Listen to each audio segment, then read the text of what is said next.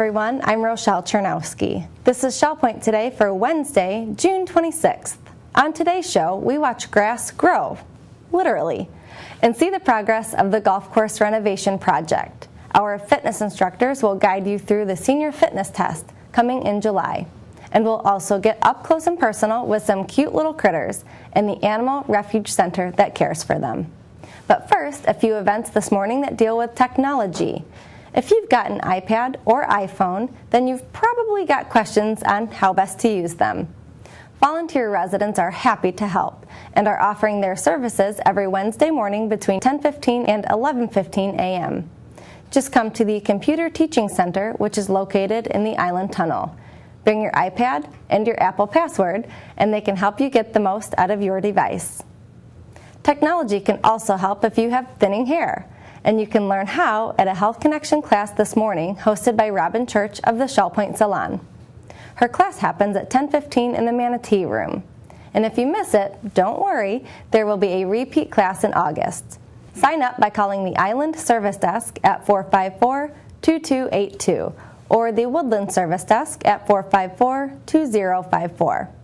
Meanwhile, at the Shell Point Golf Club, the greens renovation project is right on schedule. Last month, they excavated all 18 greens and rebuilt them from scratch to USGA specifications. All that remains now is for the grass to grow. And with the start of the rainy season, those sprigs have taken root and will hopefully be ready for play by October. The upside to all this? You can play the temporary greens of the Shell Point Golf Club all summer for just $10. All you can play. Here's an update from Superintendent Mark Jacobs.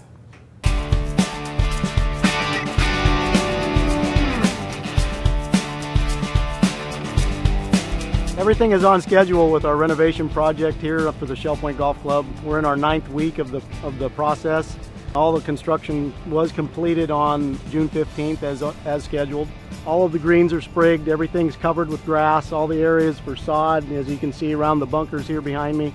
Progress that we've made so far has been tremendous. Good rain, sunshine, 2 weeks of growth on these greens behind me. So we're in a good phase right now.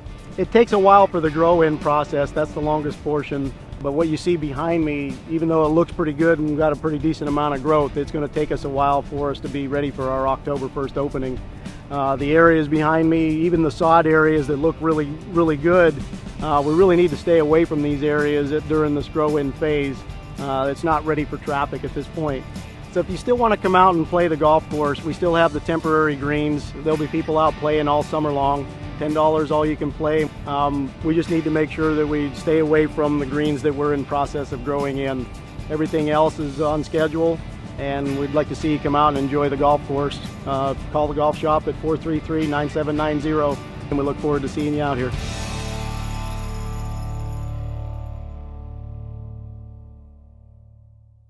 We have a wide variety of fitness classes available at Shell Point, from aquatic exercise to weight training to balance and stretching classes. But thanks to a new development, you can now keep track of your progress in a tangible way. It's called the Senior Fitness Test, and with just 20 minutes of brief exercises, it can tell you how far you've progressed and where your greatest fitness needs are. Shell Point is conducting the Senior Fitness Test this July, and we asked our fitness instructors to take us through the test. Hi, I'm Michelle Smith, and I'm here with Melanie Brode. If the physical dimension of Life Quest is one of your goals, I've got something in store for you. It's called the Senior Fitness Test, which will take place various dates through July. Melanie, what is the Senior Fitness Test? The Senior Fitness Test is a series of 6 different exercises that test your lower and upper body strength, your lower and upper body flexibility, your muscular endurance, your cardiovascular endurance, and your balance. It takes about 15 minutes to perform the test. After you do the test, we go to the chart, which is the national norms of people from the age of 60 to 95. We go through the chart for your age and gender, and that way you can determine what your weaknesses are, where you could use improvement, and what your strengths are. I'm here with Hermann today, who has taken the Senior Fitness Test, and she's nice enough to demonstrate the 6 exercises that we do. The first test is called the back scratch test, So I'm gonna have Ann lift up with her right arm and reach as far back as she can with her fingers. She's then gonna take her left arm from behind. At this point, I would measure the distance, and she's touching her fingers, which is above average. And then we would do the other arm the same direction. Good job, Ann. Thank you. The next test is lower body flexibility. So I'm gonna have you kick your right leg out, Ann, with your heel down and your toe up. Good. I'd like you to stack one hand on top of the other. Take a big breath in. Exhale, go down as far as you can and to your foot. Inhale, come up. At this point, I would measure again with my stick. She's above average. If she were touching her sock, that too would be above average. So awesome job, Ann. The next test is upper body strength. So women use 5 pounds, men use an 8-pound weight. I'm gonna put this in her dominant hand. She's gonna do as many bicep curls as she can in 30 seconds. And this is more of a speed thing. The next test is to determine your balance and your agility, okay? So the goal is to get up as fast as you can, walk around that cone that's 8 feet away, and sit back down in the shortest amount of time without running. Lower body strength. This is where she would cross her hands at her chest. Her feet are hip width apart, heels are planted. The goal is to get up and out of that chair as many times as you can in 30 seconds. The next test would be the most challenging. It's the 2-minute step test. This is 2 minutes in duration, and her goal is to lift her knees to hip height for 2 minutes. How we count this? Good, she's not holding on.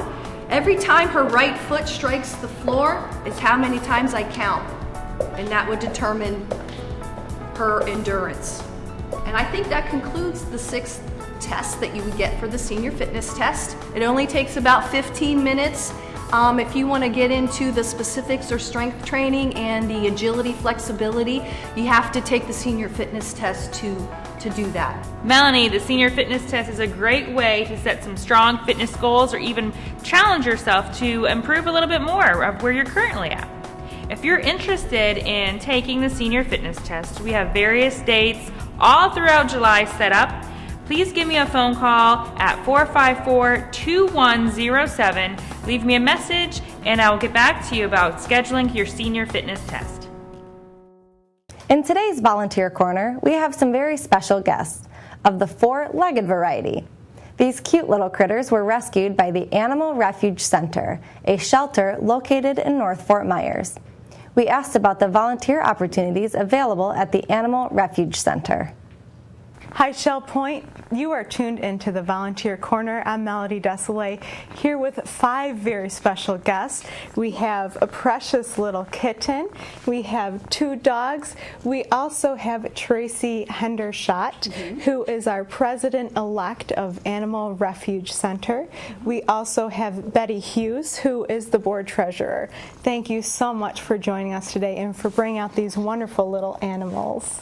Can you tell me more about the Animal Refuge Center and why it was started and how it was started? Sure. Well, we've been around for about 25 years. A group of people in Lee County came together back in 1988 and decided they wanted to try to find a better way to take care of the animals in Lee County that were abandoned, abused, neglected. These people came together and developed a foster network, and they were able to foster, I believe it was around 30 animals. About the Pagefield. Yeah. Wow. Yeah. Since inception, how many animals have you been able to successfully adopt out? I think it's close to about 15,000. Wow, Yeah. that's amazing. Yeah, it is. Now, when someone brings an animal in, what will you do for that animal? Well, we bring them in. They immediately go into vetting. You know, we need to make sure that they're healthy, and if not, we treat whatever illnesses or disease they may have. So there's a lot of testing that goes on. We make sure that we get their shots up to date and microchip them. And then we also do some temperament testing to make sure that they get along with, other dogs and people and maybe kitties, because all dogs don't. And then hopefully we're able to put them up for adoption after that.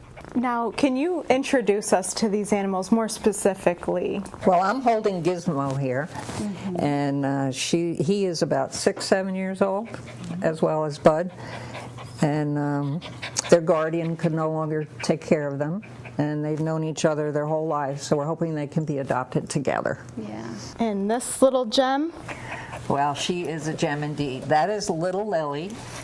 And she was actually born in a pothole behind a business, and a woman on her coffee break scooped up the mother and the 3 kittens, took her home. She has a very special need. She was born missing the 4 leg bones in each of her front legs. So she walks at this time on her elbows. So she couldn't nurse. So she came into a very special ARC foster home that takes care of special needs cats. And when she's about 8 months old, there is a surgery available to help her walk again. So we're hoping she'll be a good candidate in about 6 more months. How exciting. And she's already spoken for, so she is not available for She will need very long-term recovery. This is an extensive surgery, but we are in contact with a group in Scotland that has 3 kittens like her, and another group in New Hampshire. And Tufts University just performed this surgery on Little Bear, and Little Bear is walking now. So we have high hopes for her. Well, good. That's exciting. Now, what are the hours for the Animal Refuge Center, and what can volunteers expect if they're interested in volunteering? Well, we're open Wednesday through Sunday, 12 to 4. And if someone was interested in coming out to volunteer, well, either you can come out to the facility itself to volunteer. We have lots of things you can do, like cat socialization and basic cat care and basic dog care, walking the dogs and just spending time with them. But we also have available event volunteers. We have several events throughout the year, and we're always looking for people to come out and help and just basically assist with, taking tickets, or like we have our yearly Starlight Auction, which is in November, and where there's always a big need for volunteers there. Anything associated with an auction, as you can imagine, spotters and helping people get to their tables and things like that. So there's a big need for volunteers. Definitely. Now, I know out of curiosity, you had said that they would have interaction with animals, because that's a big thing with me. I love animals, and I'm sure our residents do as well. So they would be physically interacting with some of the animals if they do choose to volunteer. Absolutely. So if our residents choose to volunteer, who would they be in contact with? Well, they can go to our website, animalrefugecenter.com, and there is a tab that says to become a volunteer, and you just click on that, and all the information you need is there. There's a form that you'll need to fill out. We do have someone in charge of our volunteers, our volunteer coordinator, Fred Collier, and he would be getting in touch with the whoever is interested and go through the process with them. Very good. And for your information, our Shell Point residents, Fred Collier's number is 410-2144. That website again is www.animalrefugecenter.com. Thank you so much for joining me. I wish you all were here on stage with us just to pet these beautiful, loving animals, and we hope to see you out and about in the community volunteering for the Animal Refuge Center. Thank you for joining me today. Thank you. Thanks for having us. Coming up, we are covering all of Wednesday's happenings from Resort Services, followed by your Academy News, menus, and Village Church connections. Today is Wednesday, June 26th. I'm Suzanne Zavada, and I'm here with Bev Janley for the Happenings segment of Shell Point TV, and we'll go over all the activities at Shell Point today. We'll start off at 7:45 with Men's Bible Study meeting in the Osprey Room on the island.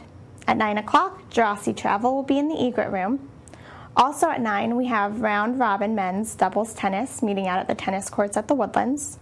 And our last 9 o'clock activity is the watercolor group with Phil Hilton meeting in the art studio on the island. At 10 o'clock, the Ladies Bible Study group will meet in the Osprey Room on the island. And at 10:15, we have a Health Connections. Got hair? Learn how to have thicker, fuller hair, meeting in the Manatee Room on the island, and sign up is required. At 10:15, the Model Yacht Sailing Club will meet out at the Commons Lake at the Woodlands. And at 11:30, we'll have another Health Connections, specifics and strength training, and this will be in the Health Club on the island, and it is currently closed. Now let's go to Bev for the afternoon. We're going to start out the afternoon activities with a 1 o'clock game of chess. That'll be in the library lounge on the island. Then 1:45, we have a Health Connections class, Balance and Mobility Training, Level 1. That'll be in the Health Club, and that is currently full. At 3 o'clock, it's time for the Bible study at the King's Crown Community Room. At 3 o'clock, we have a Health Connections Pilates stretch class in the Health Club. Also at 3 o'clock, we have Memory Care Group, 3rd floor craft room of King's Crown. Sign up is required for that one.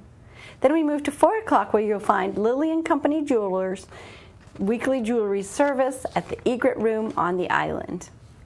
At 4:30, those indoor bocce players will be down in the Health Club. Then at 5:45, the church choir rehearsal will be going on in the choir room of the village church. And we round out Wednesday with a 7:15 prayer and praise at the village church. Well, thank you for joining us today, and we'll see you back here tomorrow. Hi, I'm Terry Coleth with your Academy information for Wednesday. At 9 o'clock, Painting with Karen and Herb begins in the Sable Room of the Woodlands for those who have signed up. And at 10:15, our iPad iPhone walk-in clinic will continue in the Computer Teaching Center of the island. Just bring your iPad, your Apple ID, and your password anytime between 10:15 and 11:15. And there are resident volunteers who will be very happy to assist you with questions. At 1 o'clock, we have Intermediate Bridge continuing in the game room of the Woodlands. And at 1:45, Internet Prep School, the basics, continues in the Computer Teaching Center on the island. At 2:30, we have So You've Got Windows 8. Now what are you going to do with it in the Oak Room of the Woodlands? Tomorrow, we're going to present B.F. Skinner Meets Moses. Our presenter is Senior Pastor of the Village Church, Andy Hawkins. Menus for Wednesday. In the Crystal Room, the Crystal Platter is Salisbury steak with mashed Yukon Golds and peas. The dinner special is the pasta buffet for $11.95, and the soup of the day is black bean. In the Island Cafe for lunch, enjoy a chicken tender wrap with fresh fruit for $6.95. The dinner special is fried shrimp for $7.95. For dinner in the Palm Grill, you can have braised lamb shanks for $13.95 or poached sole for $15.95. All menus are available 24 hours a day at www.shellpoint.net. Hi, welcome to Village Church Connections. I'm Andy Hawkins, the senior pastor of the Village Church, and I'm here with one of our elders, Peter Nanfelt. And Peter, you've had a lot of experience working in denominational activities, and a number of our staff, and you and your wife included, were up in Tampa last week participating in the General Council of the Christian and Missionary Alliance. And because you were involved in leadership in that, you understand what that kind of thing is all about. Well, it is true that I was at one time involved in that, Andy, but that's been a number of years ago. And I've been reflecting on this a little bit and realized that probably not too many people here at Shell Point realize that you have served as Assistant Secretary of the General Council business sessions for a number of years, managing the elections and doing other things. And sitting on the platform like that and viewing everything, it seemed to me that you would have a pretty good insight on what actually goes on in the business sessions. What actually went on in the sessions, particularly this time? Well, it's interesting. There has been sort of a transformation of business sessions over the years that I have served as Assistant Secretary. And we now call them ministry strategy sessions. Okay. And so some of the more mundane kinds of things in which legislation deals with the location of phrases in a policy statement or how you do punctuation and those things, some of the kinds of things that maybe used to occupy a legislative body years ago. With 1,500 people. That's exactly right. We have tended to entrust those to the board of directors or to committees to sort of work out those kinds of things, so that the council delegates can actually look at some of the more important sort of policy issues and decisions that affect us as a body of Christ, as a local expression of the body of Christ here in the United States and also all across the globe. Even in a ministry strategy session, as you call it, which is a form of a business session, I guess, they can be kind of Well, the tension in the room can be pretty high sometimes because people look at things from different perspectives, have their different ideas. Even those of us who have been part of a local church, gone to an annual business meeting, we know that there can be tension in that. How did you feel about the business sessions, particularly this year? How would you describe the atmosphere?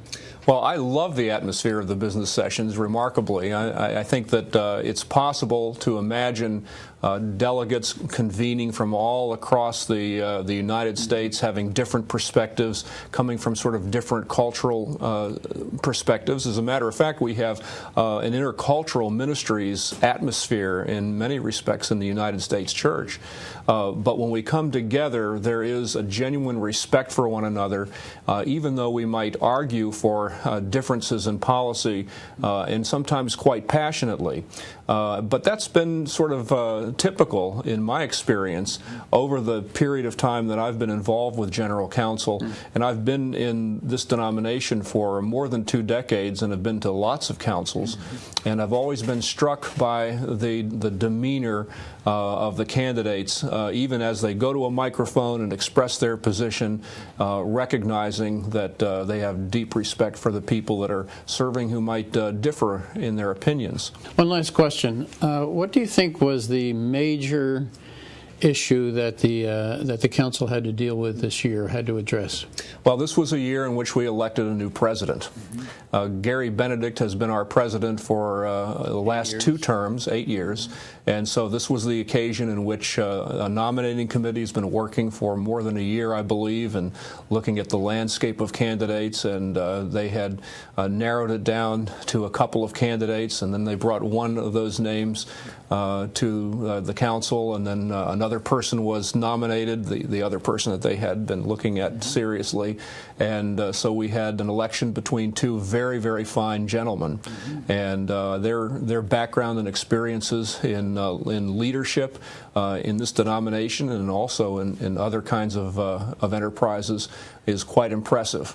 And so council did take that seriously, and through the electoral process recognized that the hand and will of God was designated John Stumbo as our new president of the Christian and Missionary Alliance. Who actually spoke at the village church a few months back. He did indeed, and so he's not unfamiliar at all to the folks in our congregation. He received a very strong vote.